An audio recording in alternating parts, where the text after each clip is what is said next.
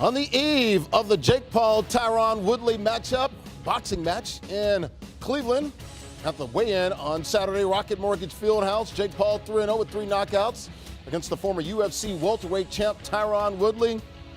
Oh, a lot of fireworks, some pyrotechnics, some colorful stuff coming out of this weigh-in. Here it all is from Showtime's Ariel Helwani with Jake Paul and Tyron Woodley. Let me get a quick question with Tyron here, with the chosen one, with one of the greatest UFC welterweight champions of all time. This man is on the Mount Rushmore of UFC welterweight champions. You have fought in front of thousands of fans all over the world. Madison Square Garden, the Honda Center, Las Vegas, you name it. Could you tell us, before your boxing debut, what is going through your mind right now, Tyron, as you take on Jake Paul? It's over. It's over. That's all I can think about. It's over. I'm about to go big in every level, every plane, every category. He's shaking, he quivering, and it's due he should be, because I'm about to hurt him in a way he never felt before. Tyron. And that's on Mama Woodley. And that's on Mama Woodley. Jake, if I can get a quick word with you as well. What do you got there? Just my Raising Cane's. You know, it's my lucky meal. One love. Chicken fingers, Tyron's a chicken. It makes sense. What did you say to him up there? I said you're dead. That was it. I tried to grab his cheeks, but... You told me on Thursday, when you look in his eyes, you see sadness. There you go. So do like, yo, come on.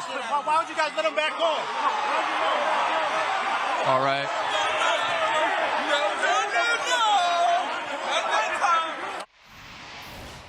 All right, let's go ahead and welcome in our fight guys, the co-host of the Morning Combat Podcast, Luke Thomas, Brian Campbell there in Cleveland, the land guys. What'd you make of the pomp and circumstance there, the colorfulness of the live weigh-in? You had Jake Paul coming out to the drum corps, had the Lawrence Transformer behind him. Good stuff out there in Cleveland. You guys ready to go?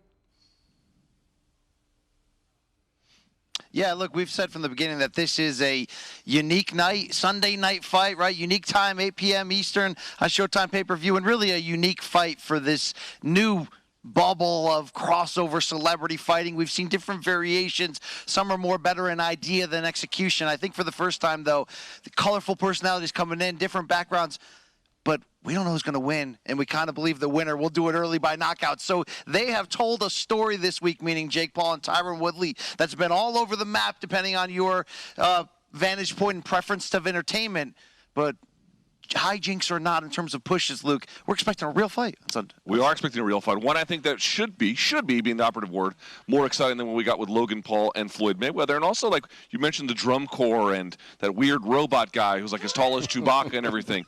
The reality is Jake Paul's a little over the top, but you have to give the guy credit. Whether you want to see him win, whether you want to see him lose, he is a very effective promoter. And to his credit, Tyron Woodley has done a phenomenal job also promoting this fight. So, yes, some of the things you've seen have been a little crazy, a little wild, a little bit unusual, but they're all in line with the circus that can sometimes be combat sports. Yeah, look, I was taking back and harking back to my times in Orlando at Universal, where you got the tall, Transformer with Optimus Prime out there, and also Bumblebee. Luke, I want to get your thoughts. Ty Woodley weighed in 189.5 pounds, fought at 170 in UFC, would walk around a lot heavier than that after weighing in. How comfortable will Ty be at around 180, Luke? 180 or 190, excuse me. I think, yeah, 190. Yeah, I think he'll be pretty good, especially early, but there is a question about what that's going to mean for later. The good news is he doesn't have to kill himself to get down to 170. It's not an extreme level of dieting. He does look to be in phenomenal shape. Obviously, it's going to be important, especially as he's getting a little bit older now.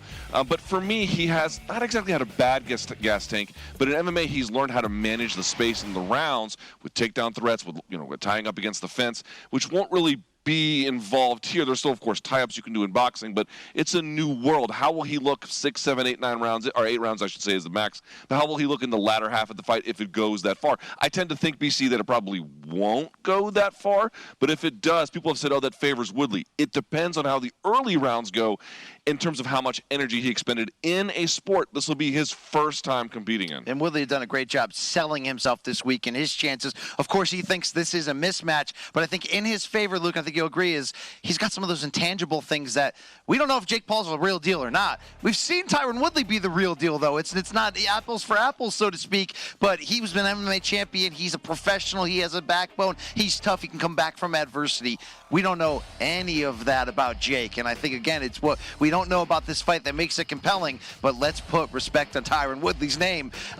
Both scenarios, whether they play out one-sided for the other fighter, you really could see that based on their behaviors and how their body looked on the scale on Saturday. You said put some respect on his name. The chosen one, Woodley, he's the underdog, and BC, Paul, he's the favorite, minus 190. The underdog, of course, Woodley, plus 160.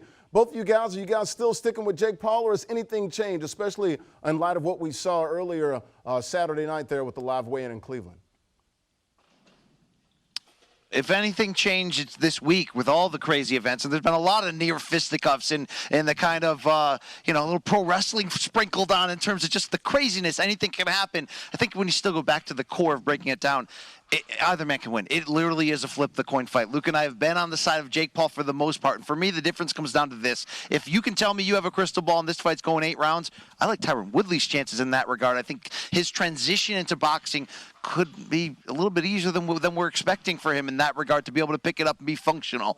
But Jake Paul is a big boy. Say what you will about him. 15 years younger, 4 inches taller. We don't know if he's a fighter. We do know he can punch, though. And I think the quicker Jake Paul makes this an action fight, I think that bests his chances with that side. I think we're going to see someone get knocked out. I just kind of feel like Jake Paul's on this momentum. Unfortunately for Woodley, it's probably going to be him. I mean, the business of it all just makes you feel like Jake is going to be the guy to get his hand raised, that he's going to carefully select opponents that are increasingly challenging, but all basically solvable problems given his skill set. So for that reason, I am probably going to still side with Jake. I will say, though, that as the days have gone on, there is a clear amount of, listen, Tyron Woodley's exit from the UFC, I can understand watching those 4 losses why you would not have the highest opinion of his current state of abilities. That's entirely fair. On the other hand, this is the most on fire and frankly dialed in that I have seen him in literally years. I've never seen him this much since he was frankly the champion of the UFC. Now, I'm not saying he's just all of a sudden going to revert back to being that level. He is long in the tooth for a combat athlete. Nevertheless, do I feel like that people are sleeping on what Tyron Woodley has to offer and that a real redemption opportunity is possible here? Yes, I do. I think this one could be very, very close. And if Tyron Woodley wins, I don't know how surprising that's supposed to be. Yeah, and you guys talked about Jake Paul, younger, bigger, has the reach advantage. One quick question before I let you guys get out of here. Did you see about the tattoo? The loser has to get the tattoo of the winner immediately following the fight here. What do you think about that? I think you could get different opinions for us. To me, that's the kind of carny stuff I love. Put a little sauce on top of the meal here. Who cares? Dip it in. Luke, you don't like that pro wrestling stuff, listen, though, okay? I'm a tattoo enthusiast. I've got 7 or 8 of them all over my body. I got a big one here.